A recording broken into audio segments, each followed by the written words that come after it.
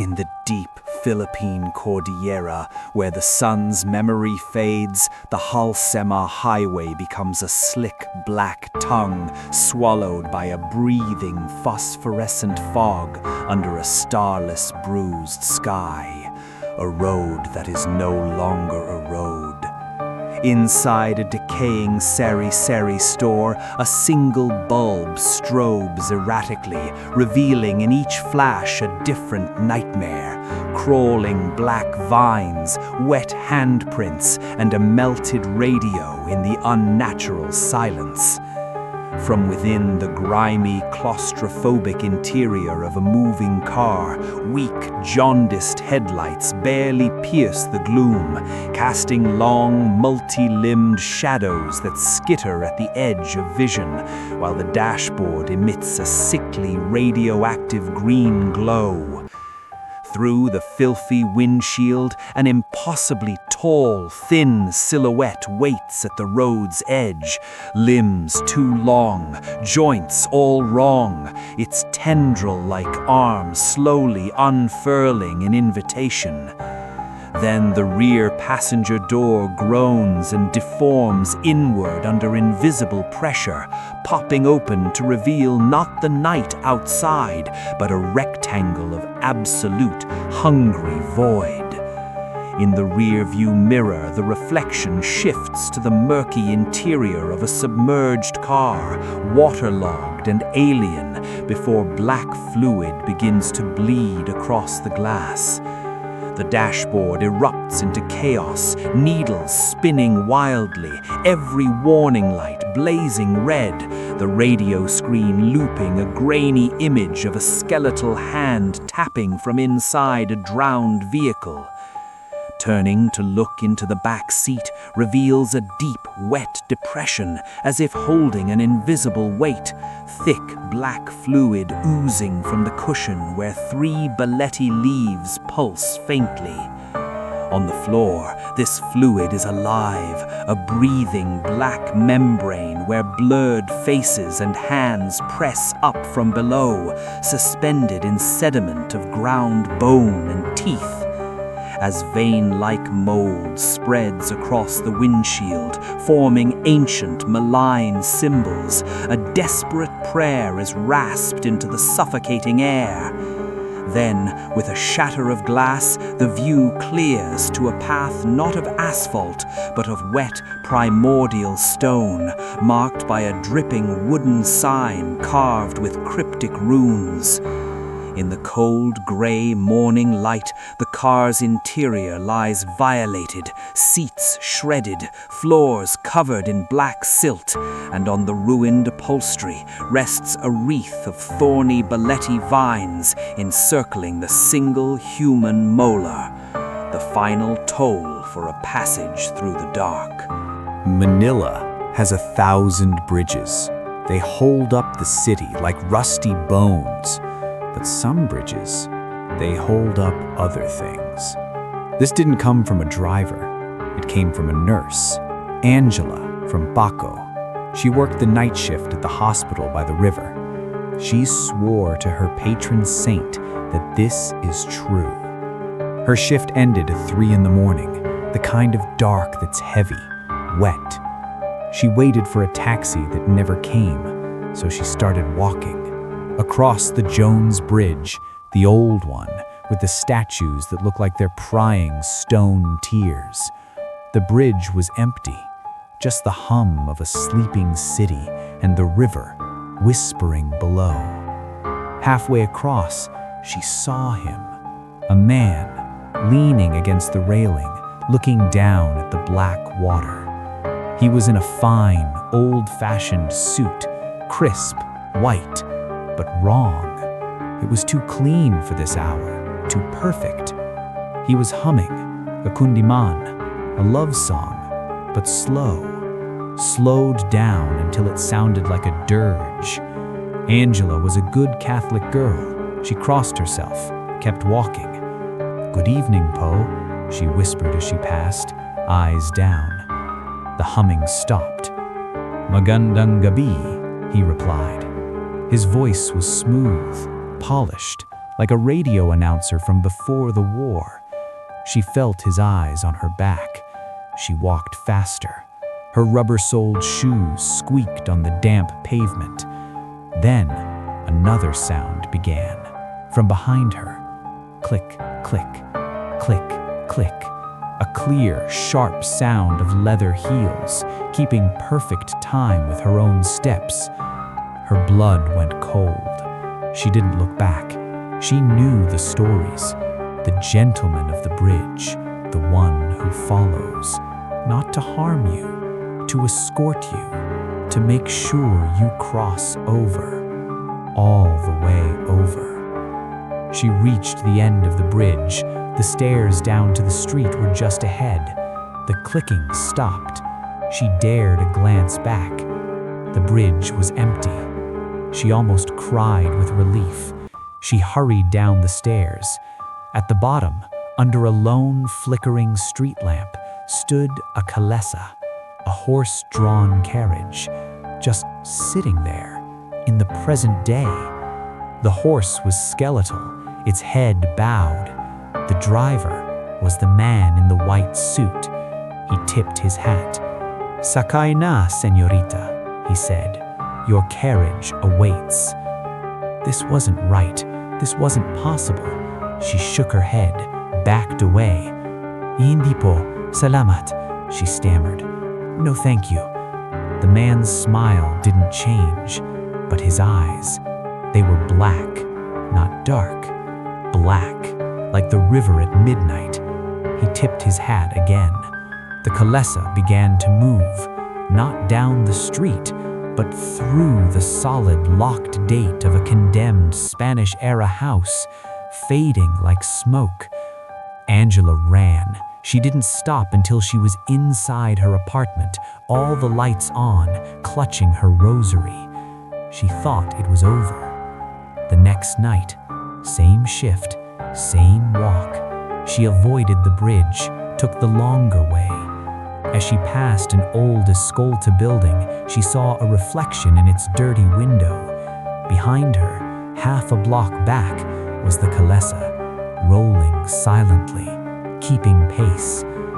Every night after, not always seen, but felt, the smell of old tobacco and ylang-ylang perfume, the sound of gentle hooves on asphalt where no horse should be, a glimpse of a white suit in a crowd that wasn't there when she looked again.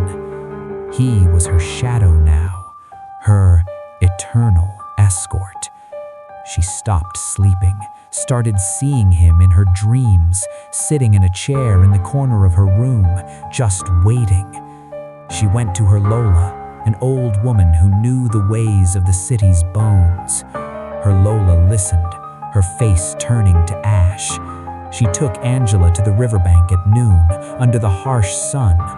She had her throw 7 handfuls of salt and crushed laurel leaves into the pasig. He is not a ghost. He is a promise. The city makes promises it forgets. He is one of them. Politeness, chivalry, a ride home. He cannot break his promise. You must make him break it. "How?" Angela asked. The old woman's eyes were terrible. "You must be rude. You must be ungrateful. You must refuse his courtesy with cruelty." That night, he was there, at the foot of her street, the calesa gleaming under a broken light. He tipped his hat. Angela's heart was a trapped bird. She walked straight up to him. She looked into those black, black eyes, and with every ounce of fear turning into rage, she spat on the ground at his perfectly shined shoes. "Umalis ka! Hindi ko kailangan ng tulong mo, demonyo! Lumayas ka! Get away from me! I don't need your help, demon! Get lost!" The man in white flinched, as if struck. His perfect smile vanished. For a second, he looked confused, lost, like a man waking from a beautiful dream to a world he doesn't know. Then, He looked sad, profoundly, eternally sad. He bowed, not a tip of the hat, a deep, formal bow from another century. He climbed into his calesa. The skeletal horse turned, and they didn't ride away. They unfolded, like a piece of paper being smoothed out of existence. Gone. He never came back. Angela quit her job. She moved to a city with no rivers. She checks every reflection, every window. So when you're walking home too late and you see someone a little too polite, a little too clean, and they offer you kindness you didn't ask for, remember, in Manila, even courtesy has a price, and some gentlemen are only waiting for you to accept their forever ride. Be safe, and sometimes be rude. In the provinces, there are places that don't die. They just forget they're alive. This isn't about a road or a bridge. It's about a room. Room 7 at the Villa Milagrosa. The story came from a student, Leo. He was writing his thesis and needed somewhere cheap and quiet. He found both. He found too much of both. The pension house was run by an old woman, Aling Celia. She smiled with too many teeth and smelled of mothballs and tuyo. She gave him the key to room 7. "It's our quietest room," she said. "Very peaceful." The room was at the end of a long, dark hallway. The air in the hallway was always cold, a different cold from the rest of the house. The room itself was fine. A bed, a desk, a capiz shell window looking out at a dead santol tree. But it was too clean, sterile, like a hospital room, and it was silent, not peaceful silent, swallowed silent. Leo couldn't hear the tricycles outside, the neighbors, the dogs.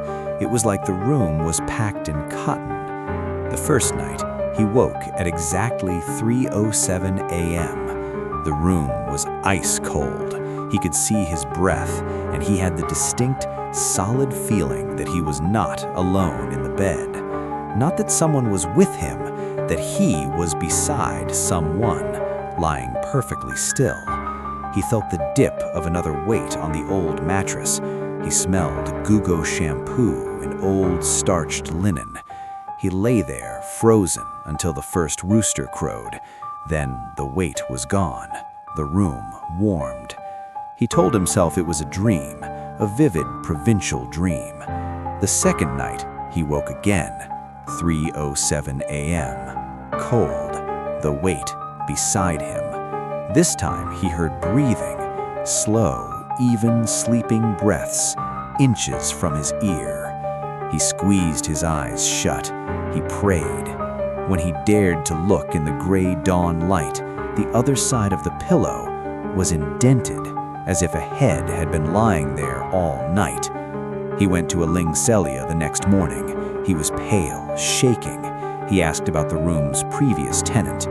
The old woman's smile didn't reach her eyes. "Ah, room 7. A teacher stayed there, a very quiet woman. She was writing a book. She loved the quiet." Leo asked where she went. Aling Celia just looked out the window at the dead tree. "She found her peace," she said, and she would say no more.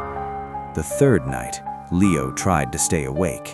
He drank coffee, worked at his desk, but exhaustion pulled him under. He woke, not to the cold, not to the weight. He woke to the sound of writing, a soft, frantic scratch, scratch, scratch of a fountain pen on paper, coming from his desk, his desk. In the moonlight, he saw the outline of a woman sitting in his chair, bent over his notebooks, writing furiously. She was translucent, like smoke held in the shape of a person. He could see the dead tree through her back. She didn't look at him, she just wrote and wept, silent tears that made no sound. Leo, in his terror, did something stupid. He spoke. "What are you writing?" The scratching stopped. The weeping stopped. Very slowly, the woman turned her head. Not her body, just her head. It turned too far, like an owl's. Her face was a blur of shadows, but her eyes were two dark pits. She opened her mouth, and a dry, papery whisper filled the room, not from her, but from the walls themselves. "Help me finish it." Then she was gone. On his desk, on top of his thesis, was a single, crisp new page, covered in elegant, looping handwriting that wasn't his. It was the same sentence, over and over, filling every inch of the paper. "Forgive me, I could not save her. Forgive me, I could not save her. Forgive me." Leo ran from the room. He didn't pack, he left everything. He went to the town's oldest convento, banged on the door until the parish priest, an old Franciscan with kind eyes, let him in. Leo sobbed out the story. The priest listened, his face growing grave. He knew the story. Everyone in town knew. No one spoke of it. The teacher in room 7 wasn't writing a book. She was writing letters to a lover who had left her. One letter every night for a year. On the final night, the night she finished the last letter and received no reply, she hung herself from the beam in that room, using the lace curtain from the window. But her work didn't end. Her need to finish didn't end. The priest told Leo the only way. He had to go back, not to sleep, to listen. He had to let her finish her last letter, not by writing it for her, by hearing it. Trembling, Leo returned to Villa Milagrosa at midnight. He didn't go to a Lingcelia, he went straight to room 7. The door was unlocked. He sat at the desk, and he waited. 3:07 a.m. The cold descended, the air thickened. He felt her behind him. He didn't turn. He stared at the blank wall, and the whispering began. Not a panicked scribble, a slow, sad, dictated confession. The story of a lonely woman, a promise broken, a hope that turned in on itself like a snake eating its tail. The whisper went on for an hour. Leo listened to every word. He didn't interrupt. He just received it. When the town's church bell rang 4 a.m., the whisper ended with a sigh. Salamat. Thank you. The room was suddenly, completely, just a room. The silence was no longer swallowed. It was empty, truly empty. Leo left at first light. A Lingcelia was waiting in the lobby. She didn't ask for payment. She just handed him a small, sealed envelope. She left this for the one who would listen, the old woman said. Inside was a single dried sampaguita flower and a note in that same elegant hand. The quiet is yours now. So, if you ever find a room too cheap, too quiet, if you feel a cold spot that doesn't belong, or wake at the same hour every night, someone might not be trying to scare you. They might just be trying to tell you something. And the only ghost that lingers is the one waiting to be heard.